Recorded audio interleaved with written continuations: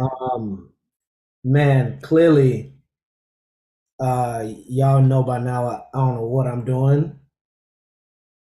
Technical There's this, difficulties. but I know what I'm doing with real estate. I know what I'm doing with that. And I'm here today with my boy Bryan. We're gonna talk about can you assume a VA loan as a civilian? So that's like the big, not the big question, but that's probably just a leading question, the lead in question.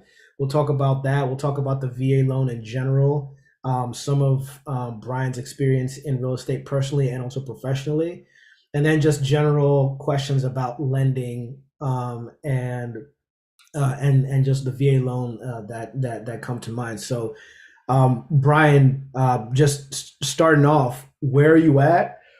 How'd you get into real estate, and what do you do right now in real estate? Okay, yeah. Hi, my name is Bryan Sumardi. I'm a loan officer with AnnieMac Home Mortgage. I started in real estate in 2018 when I got out the Marine Corps. I invested in my first property, and then through like osmosis, it kind of just fell into 2020. I became a loan officer. Uh, what was else? I forgot.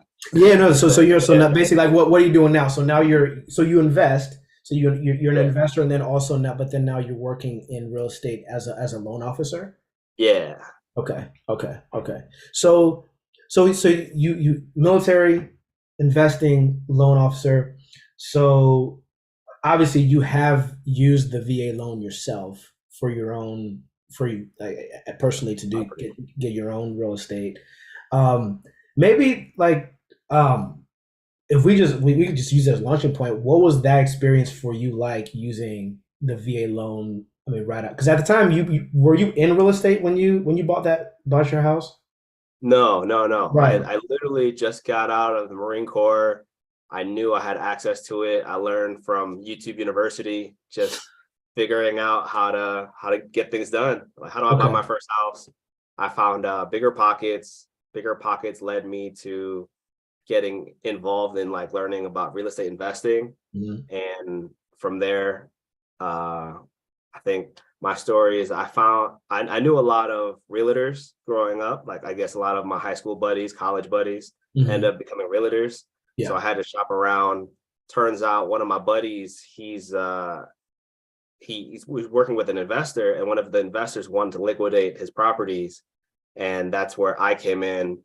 And if I can break that down, that was a win-win for the investor and me. Got it. Okay, man, that's crazy. So already so okay. So when you bought your first home, you already were you had some knowledge of the Investing. game, right? So you don't weren't coming to this thing like just super cold. Well, Even yeah, as a first, yeah, even as a first time buyer. yeah. So I mean, I spent maybe when I was in the Marine Corps, I think maybe a year before I got out from 2017 to 2018. I spent maybe, I don't know, 4 hours a day just on YouTube, just like Dang. listening to the Bigger Pockets podcast. I think at that time I was big into Graham Stephan on YouTube, Meet Kevin, Yeah. and they kind of just like shaped me to figure out how to get like financial independence. Yeah. And like the one, like I think it's maybe a dumb rule now, but it was a rule that a lot of like I followed back then was the 1% rule. Yeah. If you can make 1% of the Mhm. purchase price in rent, then I think Mhm. it's a win. So Mhm. I think at the time the house was, or I bought the house for $110,000, Yeah. and it was currently rented for 1250. So I was like, Mhm. okay, layup.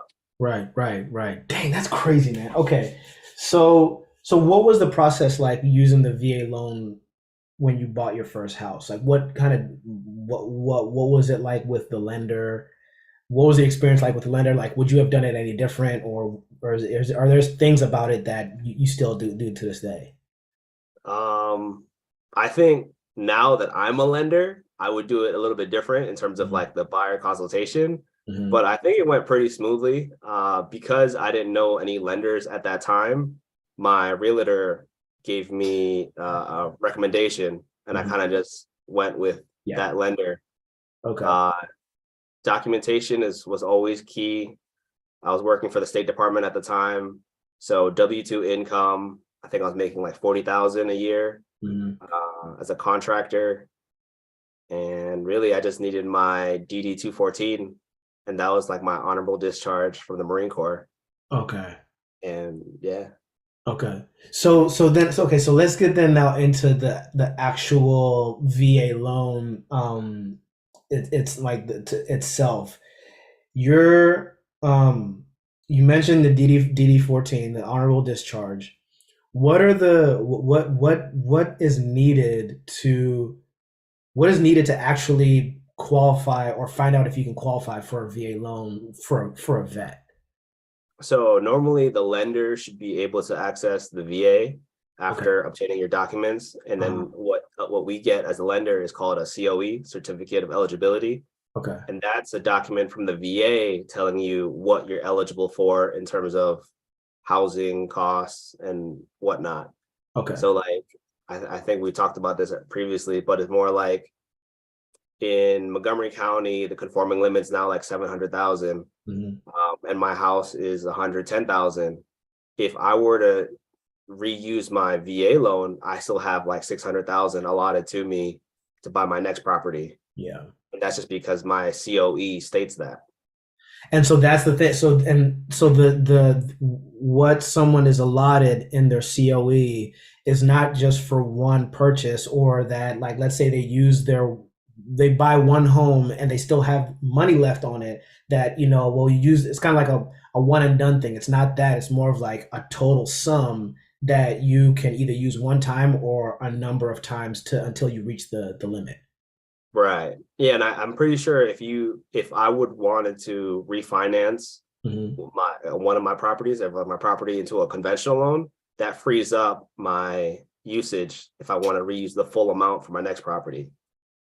That's crazy. So the 110, like you read, like Disappears. that's crazy. So you get the full amount again. Yeah. So just by That is me crazy. refinancing the VA loan into a conventional loan, because now the VA is not liable for that property. So how? I mean, I've heard of that process being done.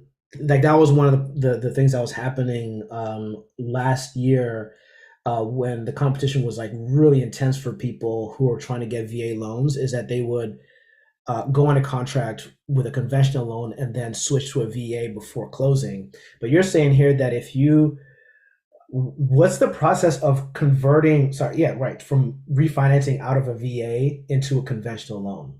How soon can somebody do that? Um, Well, maybe, I mean, time. I mean, I know typically someone can refinance like after like 6 months, Months. Yeah. after owning. So like assuming whatever the time limit is, what is the process of um of refinancing? Similar story. If you're refinancing from VA to conventional, same process is almost like buying a home, except you don't have to go through the appraisal. Well, you do have to go through the appraisal process, but that's really it. Like title Hmm. companies, pretty clean. If you're the current owner, it's Yeah. unlikely that you'll have liens on the property. Right. Um, if you're a W-2 employee, 2 years W-2, Yep. 30 days of Gotcha. pay stubs, photo Okay. ID, that kind of stuff, mortgage Okay. statement. And then you have to qualify for it again. That's the biggest, Oh, another thing. With the VA loan, you have a little bit more flexibility in a debt to income ratio. But with conventional, yeah. if you Hmm. have good credit, you're capped out at 50%. Oh, right. Yes, that makes sense. Yes. Exactly. Wow. Okay. So, well, let's then talk about the assuming piece. Mhm.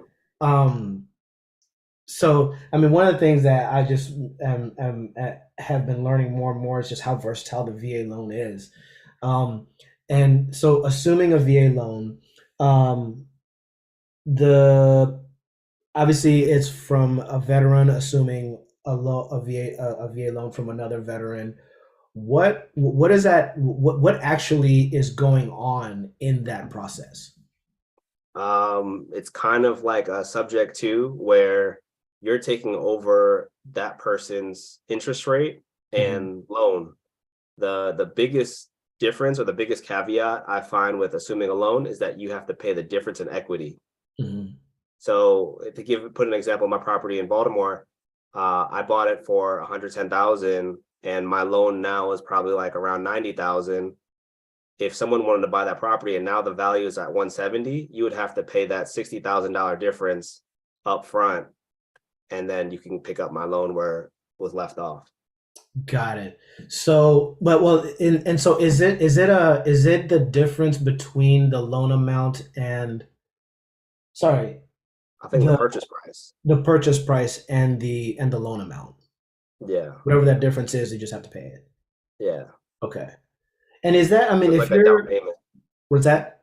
It's kind of like a down payment, basically. Right. Now that's, I mean, I don't, one of the things that, and so the question then is this, um,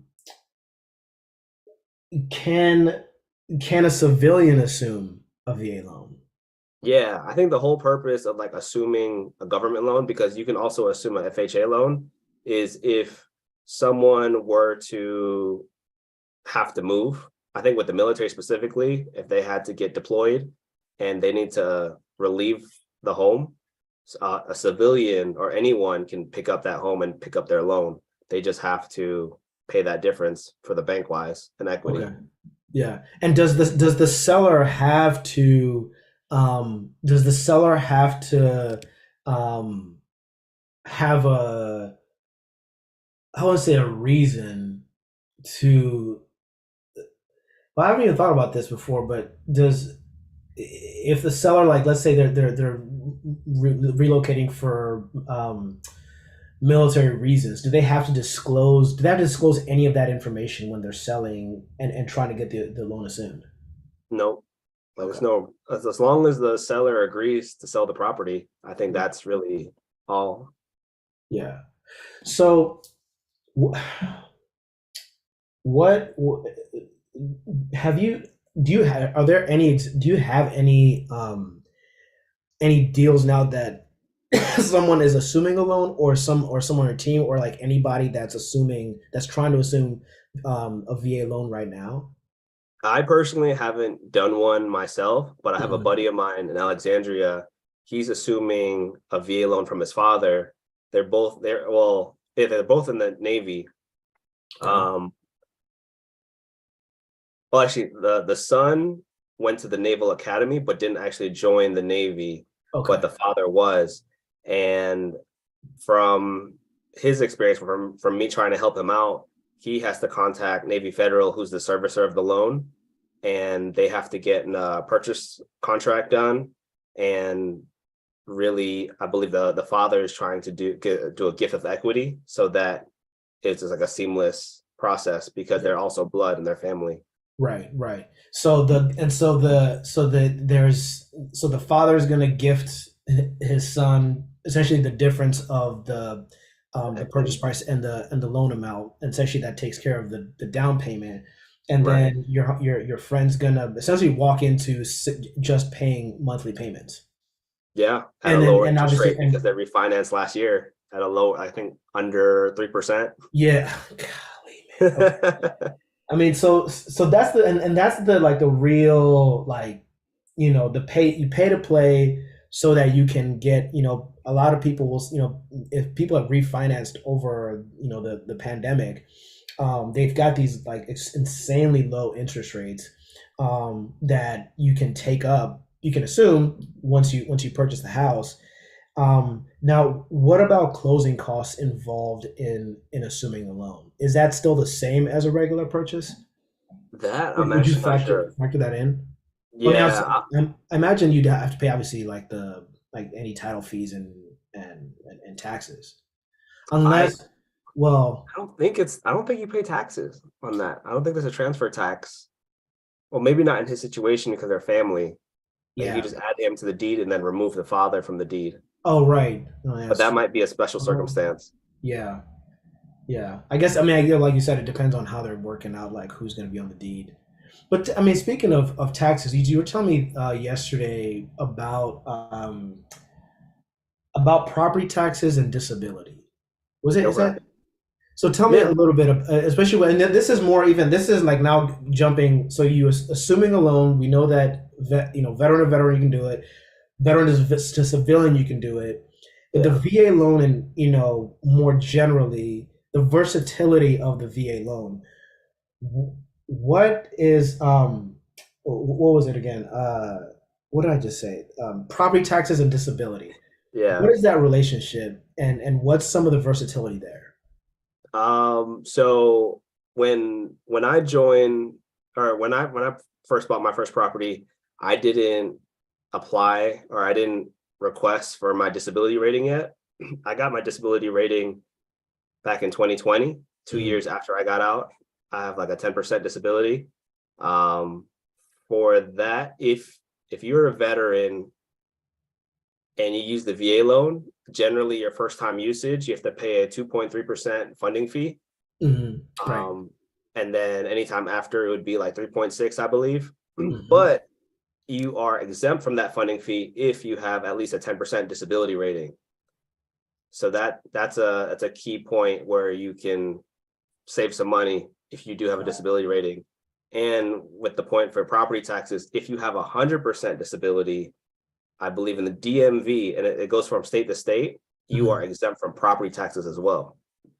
Now, is that exempt? Okay, man, this is crazy. So, but so real quick about the funding fee, that's you said 2.3% of the sales price Of the loan amount. of the loan Well, I amount. mean, if you put zero down, same thing. Well, yeah, I guess so, right? Yeah, right, exactly. Okay, but let's say if they don't put now, do you have to if they don't put zero down, then it would be just 2.3% of the loan amount, not the sales price.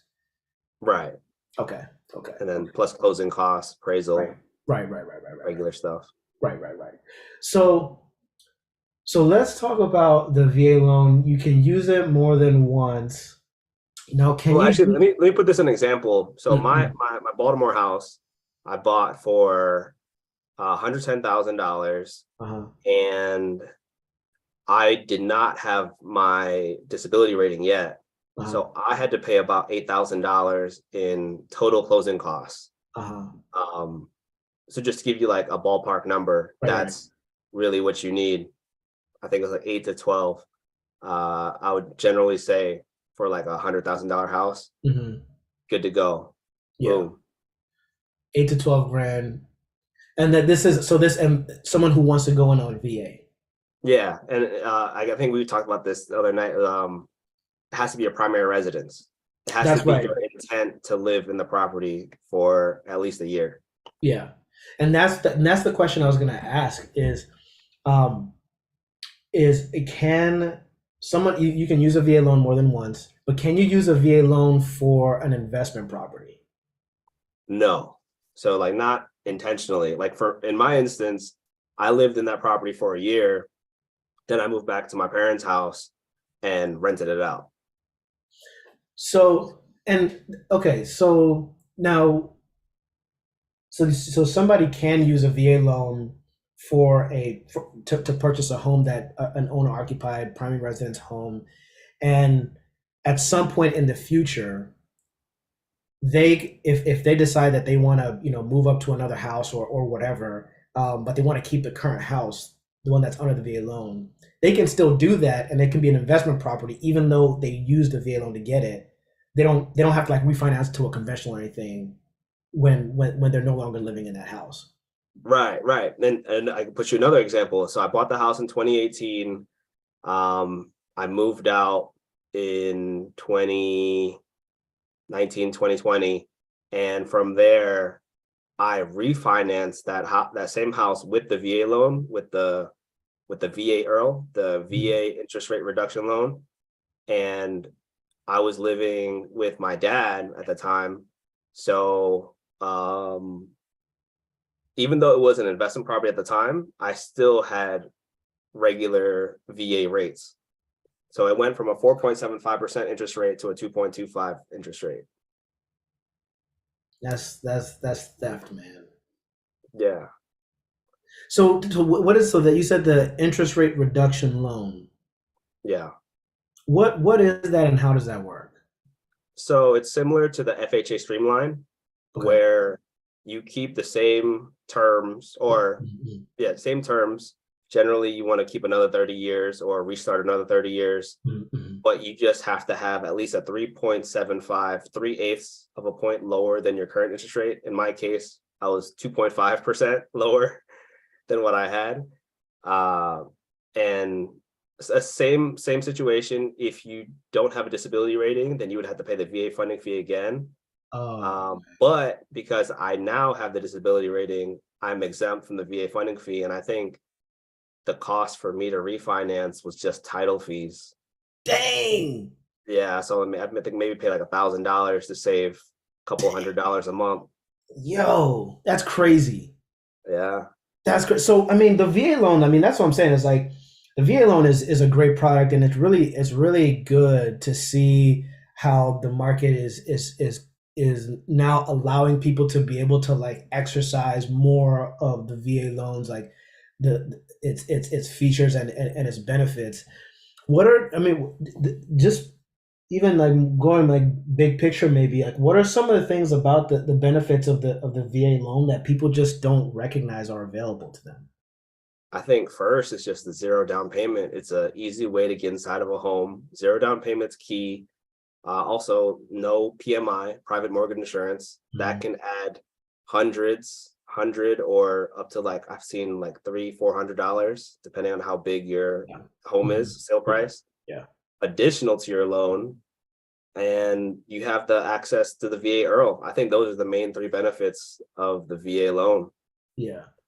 And well, you just the man, you just said something like that that sparked my memory, and I just totally lost it as soon as I started thinking about it. So zero down, and so this actually, um, we were talking about this last night as well. You go in a house zero down, it's worth $500,000, and then the market does what just happened in 2022, and now your home is worth, let's say, like 450, Yeah, and but you bought it for 500. You're Someone would say, well, like now I'm underwater because my loan amount is greater than value of the home. the value of my home. Like and right now that's a situation of like 8% of homes that were bought in 2022 are now underwater or marginally underwater. So they're not like crazy, but they're right Right. on the line. What would you say to somebody who's like that's something that scares them from trying to go or To take buy. advantage of zero down? Right. I think the biggest thing is like always, I think what we all say is like who you work with matters. And if you have a good realtor lender partner, that the lender's job is like it's our fiduciary duty is to make sure you can afford that loan just to begin with. So if you can afford that loan, you should have no issues. And to bring up your example, if you bought I think you said $400,000 loan, and then it went down 500,000, five hundred whatever, it thousand, doesn't matter. Yeah. yeah, $500,000 loan, then it went down 450.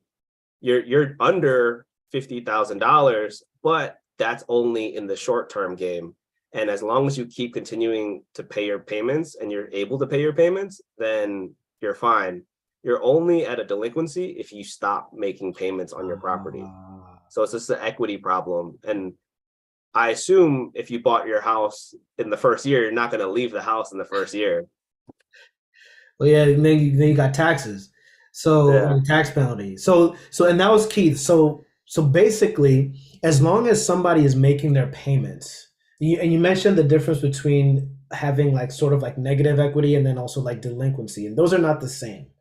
So Right. delinquency is when someone is no longer making their payments. Correct. And that's when the bank can foreclose your home. And that's what you don't want to do, because then that leads to bad credit and then you just Right, lost your house. right, But right. if you keep continuing paying payments, even though you're underwater, the value, you have no equity in the house, you're still making payments. The loan is still valid. So there's Mm. no issues there. So as long as you just keep up with the loan, the bank is not gonna make any issues. Yeah, and I think to bring this back, so back in 2008, there was a lot of they're called ninja loans. Yeah. Yeah, no income, Yep. like Nothing. not No job. justifying Yeah. No assets, income. No no job. job, no Yeah. assets. The assets. Yeah. Yeah. So after 2008, like prior to 2008, there was no loan officer requirements. If you wanted to get hired by a bank, you got hired. So Dang. people were just giving away loans left and right. Yeah. And that was the cause of the crash. Yeah. And like for right now, when I mentioned it's important to get with a good loan officer and realtor, just so you actually know what you can afford. That's why it's so much harder to obtain a loan nowadays. You have to show these documents, because I said this too on one of my Instagram reels, is if you don't even have $5,000 in credit card availability, what are the chances a bank is going to give you hundreds of thousands of Hundreds of dollars thousands. for 30 years? You know what I mean? It's true. I mean, like, what is it? Getting in a home is one thing, but being able to keep the house is another thing. Yeah, Some because people can maybe get in. Some people can squeeze in, and as some of the data from Black Knight this past week showed that, which is I think most people who are in lending know this, that borrowers, FHA and VA borrowers, bring in significantly lower amount of funds than to a down payment than conventional buyers. I mean, by a huge margin. yeah, So people who are coming in low, and even conventional buyers too. Some just because you can have a $50,000 down payment doesn't mean that you can make your monthly payments, in a year from now. So right. so getting in the home is one thing, but keeping the home is another thing. And one thing you mentioned too, I think yesterday too, is that even right now in passing is like it's a long game. Even if you have negative, if your home has no equity now, you had equity maybe, and like it went down or whatever. Over time, the equity, your equity is always is going to go up over time. You just have to just don't sell your house, basically. Yeah. Like the more you own, the better off. Not just the more you own, but the longer you own, the better off you'll be. Yeah, I have another analogy too, and it's just that land isn't growing. Like the more we have global warming, there's going to be more water on the ground. And you know what I mean? Like Yes, we're losing land as time goes by, and that just makes land more valuable. yeah, And that's what I think. And for us to live in the DMV, we live around the nation's capital. yeah, Like we're just going to continue to develop. yeah, You go yeah. on 355, you name it, any major road, if you live along those roads, more and more companies, Yep, developments are yep. going to come through. Yeah. We're definitely. I mean, real estate is hyper local, and in many ways, the market here is not the same as the market would be in somewhere like I don't know, like Wichita, Ohio, Kansas, or something. Dakota, yeah, You know what I Kansas. mean? So, but like I mean, in it's got its pros and its cons. I mean, the one of the challenges here is like everything is just expensive, like a lot more expensive. So, you need a lot more income to buy, the median priced house here than you would in a place like, Wichita, Kansas. Yeah, Um, so that's a drawback, but then there are also benefits as well. And I mean, to your point, exactly, land is not growing. Like, and so more than anything, it's like, think about, your home may not necessarily be valuable over time, but the land your home sits on is essentially a gold mine, and it's just a matter of time. Gary Keller said, the was it Gary Keller? I think it was Gary Keller. He said that the difference between a smart investor and an investor who's not smart is the person who holds their investment the longest, which is basically also a Warren Buffett thing too. Like Warren Buffett, yeah, his whole premise is just like buy and never sell until you die. yeah. So it's like, so the more you buy, the better off you'll be, and the more value your home will appreciate. That's Um, investing. Like investing is just using the money that you have, but then you aren't going to use it immediately. And right. I have a buddy of mine who moved to Seattle, Washington, Jeez. and like to me, every time I go visit him, there's certain parts of Seattle where they're like little shy. So you could think about even like San Diego, California. Not all the homes there are mansions. There Yeah. are like box homes, but they're worth millions of dollars just because of Uh, who moved there. Like Exactly. San Diego got the beach, everybody wants to live there because of the Yep. weather. In Yep. Seattle, you have all the biggest tech companies of Amazon and Apple and whatnot, Exactly. and that just raised things up. Exactly. You gotta either move to where all the businesses are going, or I don't know. And imagine Or someone who lived there in like the 1800s. The, I think about that all the time. Like, imagine someone buying a house. I remember looking at newspapers. Houses were worth like $10,000. $10,000, $35,000. Yep, yep. There's a home in Vienna that 50,000 was was like a mansion back in the day. there's a 5 bedroom in Vienna that is on sale right is on the market right now for 1.5 million, and it was bought in the 60s for 35,000. So, it, but again, and even talking about thinking of it as an investment, I mean, people who are thinking about primary residence, first time home buyer, may not be thinking like, in Yeah. investment terms and kind of like these advanced or more than intermediate financial categories. But you think about investing in the stock market, right? An average return of, let's say, I don't know, like 5, 6%, 7% is good, right? Yeah. Um, this year, even with um, the correction, homes still appreciated 12%, right? So having a 12% return on a down year, right?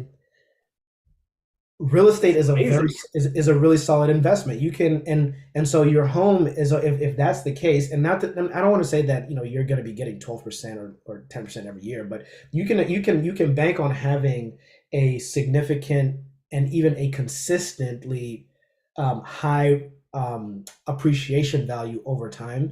A friend of mine says that one of the ways that you can estimate appreciation, home value appreciation, is by looking at the rate of inflation and then just add like 1%. Yeah. You bet that you can say like, okay, this year whatever it is, like that's still a very high amount level Turn. of appreciation. Or, and over time, the compound effect over time, like that home in Vienna, 40, 50, 60 years later, is now, I don't know what it's worth. The original owner is probably want to come back to life so he can own the house again, because the Yeah. value is just through the roof. Yeah, So I think about it like that. I think I do a lot of research. So the national average of appreciation in the country mhm, is like 3.5%. right. And like the natural rate of inflation is 3%. Hmm. So just by you Right. owning real estate instead of renting, you You're are beating beating, yep, ahead beating inflation. an You're inflation, hedging, yeah, hedging the the hedge against government. inflation. That's right. That's Yeah. right. Yeah, and so there, I mean, and at the end of, and so, and even the cool thing about people always ask about like benefits of owning versus renting, and I'm not one of those people that's like tries to bombard people with like own now, own, buy a house, buy a house. But one of the benefits is that your home is essentially a gold mine, or it's a bank over time, and it's a bank that just continues to get money over time. And if you ever need it, it can be like a quote unquote emergency fund if you were to ever take out like a line of credit or whatever. But if you never do, then it's okay. It doesn't hurt you if you don't tap into it, but it is something that does help you gain, whether it's something to have like in case of emergencies, home renovations, taking your kids to college, or even just passing your home down and having like a significant amount of a net worth. This is like those long term kind of like benefits that are very hard to like quantify in the moment, when Yeah. all you're seeing is like, I need to make this amount for a down payment, but it is worth at least pursuing and trying to get in if you can. Right. I think of legacy. I think about legacy all the time, kind of like what you were saying. And because I think so far forward, you think of like leverage, like using your house as a bank, kind of what we were saying too about land gets more expensive as time goes on and development happens. The thing that gets maybe too extensive or crazy is like when you get a loan on your house, like a cash out refinance, you can pull out money that the land made for you. So basically making your money work for itself, and that's tax free. For Dang. people that don't even think about not even property taxes, personal taxes, income taxes. Income tax. They take a third out of your paycheck every every time you get paid. 30% of it's gone.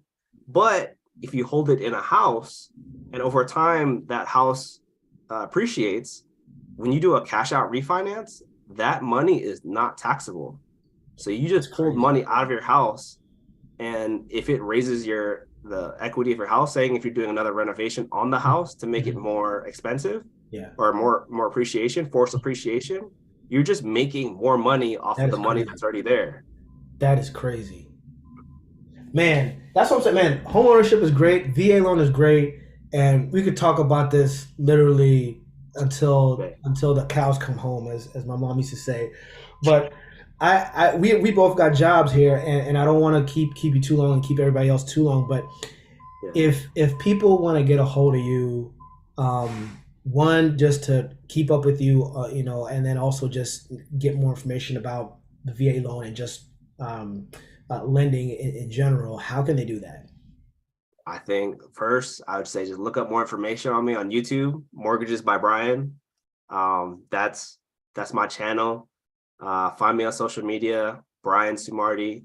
I'm pretty sure we can link that in description somewhere. Mhm. And then bryansumardi.com is my website. And then I think that's probably the best way to contact me. Okay, so briansumardi.com. Hit you up on your Yeah. website. Okay, cool, Yeah. cool. All right, man, it's been real. Thank you so much. And for everybody, thank you for hanging with us. This will be posted on my channel, so it'll be available anytime. But Brian, man, it's been so solid, man. We'll be connecting and definitely looking forward to doing this again. For sure. Appreciate you, Cool. Moot. All right, man.